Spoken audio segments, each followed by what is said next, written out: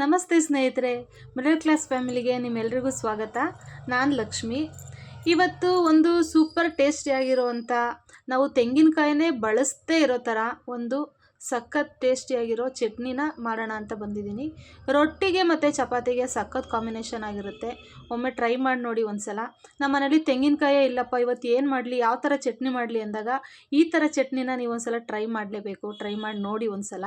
ಅತಿ ಬೇಗ ಆಗುತ್ತೆ ಈ ಚಟ್ನಿ. ಬನ್ನಿ ಹೆಂಗೆ ಮಾಡೋದಂತ ನೋಡ್ಕೊಬರೋಣ.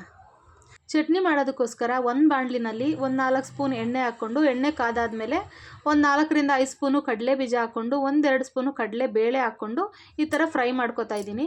ಈ ಥರ ಫ್ರೈ ಆದಮೇಲೆ 1-2 ಗಡ್ಡೆವಷ್ಟು ಈರುಳ್ಳಿನ ಈ ಸೈಜಲ್ಲಿ ಹೆಚ್ಚು ಹಾಕ್ಕೋತಾ ಇದ್ದೀನಿ. ನಿಮಗೆ ಕ್ವಾಂಟಿಟಿ ಜಾಸ್ತಿ ಬೇಕಂದರೆ ಒಂದು ಸ್ವಲ್ಪ ಜಾಸ್ತಿ ಹಾಕ್ಕೊಳ್ಳಿ. ನಾನು 2 ಈರುಳ್ಳಿನ ಹೆಚ್ಚು ಹಾಕ್ಕೊಂಡು 7ರಿಂದ 8 ಬೆಳ್ಳುಳ್ಳಿ ಹೆಸರನ್ನು ಹಾಕ್ಕೊಂಡು ಒಂದು 2 ನಿಮಿಷ ಈ ಥರ ಫ್ರೈ ಮಾಡ್ತಾಯಿದ್ದೀನಿ. ಒಂದು ಸ್ವಲ್ಪ ಕಂದು ಬಣ್ಣ ಬಂದರೆ ಸಾಕು, ಜಾಸ್ತಿ ಫ್ರೈ ಮಾಡೋದೇನು ಬೇಡ, ಆಮೇಲೂ ಕೂಡ ಫ್ರೈ ಆಗೋದ್ರಿಂದ. ಇಷ್ಟು ಫ್ರೈ ಆದಮೇಲೆ 1 ಎಸಳಷ್ಟು ಕರಿಬೇವಿನ ಸೊಪ್ಪನ್ನ, ಹಸಿ ಕರಿಬೇವಿನ ಸೊಪ್ಪನ್ನ ಈ ಥರ ಹಾಕ್ಕೊಂಡು ಫ್ರೈ ಮಾಡ್ಕೋಬೇಕು. ಹಸಿ ಕರಿಬೇವಿನ ಸೊಪ್ಪು ಮತ್ತು ಈರುಳ್ಳಿ ಬೆಳ್ಳುಳ್ಳಿ ಎಲ್ಲ 1-2 ನಿಮಿಷ ಫ್ರೈ ಆದಮೇಲೆ ಒಣಮೆಣಸಿನ್ಕಾಯಿನ ಈ ಟೈಮಲ್ಲಿ ಹಾಕ್ಕೋತಾ ಇದ್ದೀನಿ. ನೀವು ಬೇಕಂದರೆ ಹಸಿರು ಮೆಣಸಿನ್ಕಾಯಿ ಕೂಡ ಹಾಕ್ಕೋಬೋದು. ಇಲ್ಲ ಬೇಡ ನಮಗೆ ಹಸಿಮೆಣ್ಸಿಕಾಯಿ ಅನ್ನೋರು ಈ ಥರ ಒಣಮೆಣಸಿನ್ಕಾಯಿ ಹಾಕೋದ್ರಿಂದ ಚಟ್ನಿ ಕಲರು ತುಂಬ ಕೆಂಪಾಗಿ ಚೆನ್ನಾಗಿ ಕಾಣಿಸುತ್ತೆ. ಹಂಗಾಗಿ ನಾನು ಒಣಮೆಣಸಿನ್ಕಾಯಿ ಹಾಕ್ಕೊಂಡಿದ್ದೀನಿ. ಅದಾದಮೇಲೆ 2ರಿಂದ 3 ಚೆನ್ನಾಗಿ ಹಣ್ಣಾಗಿರೋ ಅಂಥ ಹುಳಿ ಟೊಮೆಟೊನ ಹಾಕ್ಕೋತಾ ಇದ್ದೀನಿ. ಆ ಟೊಮೆಟೊ ಬೇಗ ಮೆತ್ತಗಾಗಿ ಮತ್ತು ಚೆನ್ನಾಗಿ ಬೇಗ ಬೇಯೋದಕ್ಕೋಸ್ಕರ ಸ್ವಲ್ಪ ಉಪ್ಪನ್ನ ಹಾಕ್ಕೋತಾ ಇದ್ದೀನಿ. ರುಬ್ಬುವಾಗ ನಾನೇನು ಹಾಕ್ಕೊಳ್ಳೋದಿಲ್ಲ. ಹಾಗಾಗಿ ಬೇಯುವಾಗಲೇ 1 ಸ್ಪೂನಷ್ಟು ಉಪ್ಪು ಹಾಕ್ಕೊಂಡು 1 ಸ್ಪೂನಷ್ಟು ಜೀರಿಗೆ ಹಾಕ್ಕೊಂಡು ಈ ಥರ ಫ್ರೈ ಮಾಡಬೇಕು.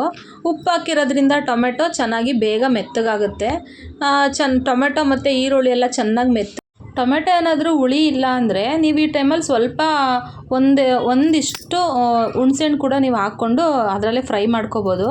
ನನಗೆ ಹುಳಿ ಟೊಮೆಟೊ ಇತ್ತು, ಹಂಗಾಗಿ ನಾನು ಹುಣ್ಸೆಹಣ್ಣೇನು ಹಾಕಿಲ್ಲ. ನಿಮಗೆ ಬೇಕಂದರೆ ನೀವು ಒಂದು ಸ್ವಲ್ಪ ಹುಣ್ಸೆಹಣ್ಣು ಹಾಕ್ಕೊಂಡು ಫ್ರೈ ಮಾಡ್ಕೊಳ್ಳಿ ಈ ಟೈಮಲ್ಲೇ. ಅದೆಲ್ಲ ಫ್ರೈ ಆದಮೇಲೆ ಅದನ್ನು ತಣ್ಣಗಾಗಕ್ಕೆ ಬಿಟ್ಬಿಟ್ಟು ಸ್ವಲ್ಪ ತಣ್ಣಗಾದಮೇಲೆ ಒಂದು ಜಾರಲ್ಲಿ ಹಾಕ್ಕೋತಾ ಇದ್ದೀನಿ.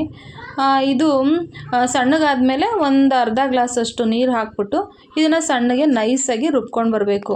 ಆವಾಗಲೇ ತುಂಬ ಟೇಸ್ಟು. ಇದು ತಣ್ಣಗಾದಾಗ ರುಬ್ಬಿದ್ರೇ ಇದೊಂಥರ ಟೇಸ್ಟ್ ಚೆನ್ನಾಗಿರುತ್ತೆ. ಹಂಗಾಗಿ ಬಿಸಿ ಇರುವಾಗ ರುಬ್ಬಕ್ಕೆ ಹೋಗಬೇಡಿ. ಈ ಥರ ತಣ್ಣಗಾದ್ಮೇಲೆ ಒಂದು ಅರ್ಧ ಗ್ಲಾಸಷ್ಟು ನೀರನ್ನ ಹಾಕ್ಕೊಂಡು ನೈಸಾಗಿ ರುಬ್ಕೊಂಡು ಬಂದ್ಬಿಡಿ. ರುಬ್ಕೊಂಡು ಬಂದಾದಮೇಲೆ ಈ ಚಟ್ನಿಗೆ ಒಂದು ಒಗ್ಗರಣೆ ಹಾಕಿದ್ರೆ ಇನ್ನೂ ಟೇಸ್ಟ್ ಚೆನ್ನಾಗಿರುತ್ತೆ ಅಲ್ವಾ. ಹಂಗಾಗಿ ಒಂದು ಚಿಕ್ಕದಾಗಿ ಒಗ್ಗರಣೆ ಹಾಕ್ಕೊಂಡು ಒಂದು ಸಾಸಿವೆ ಮತ್ತು ಎಣ್ಣೆ, ಒಣಮೆಣಸಿನ್ಕಾಯಿ, ಕರಿಬೇವಿನ ಸೊಪ್ಪು ಹಾಕ್ಬಿಟ್ಟು ಒಗ್ಗರಣೆ ಹಾಕಿದ್ರೆ ಸಖತ್ ಟೇಸ್ಟಿಯಾಗಿರುವಂಥ ಕಡಲೆ ಬೀಜ ಚಟ್ನಿ ಅಥವಾ ಟೊಮೆಟೊ ಚಟ್ನಿ ಏನಾದರೂ ಹೆಸರು ಇಟ್ಕೊಳ್ಳಿ ನೀವು, ಆ ಥರ ಒಂದು ಚಟ್ನಿ ರೆಡಿ ಆಗುತ್ತೆ. ನಮ್ಮ ಮನೇಲಿ ತೆಂಗಿನಕಾಯಿನೇ ಇಲ್ಲ ಅಂದಾಗ ಈ ಥರ ಚಟ್ನಿನ ಮಾಡ್ಕೊಂಡು ತಿನ್ನೋದ್ರಿಂದ ತುಂಬ ಚೆನ್ನಾಗಿರುತ್ತೆ. ಒಮ್ಮೆ ಟ್ರೈ ಮಾಡಿ ಸ್ನೇಹಿತರೆ. ಮತ್ತೆ ಸಿಗ್ತೀನಿ, ಹೋಗಿ ಬರಲಾ?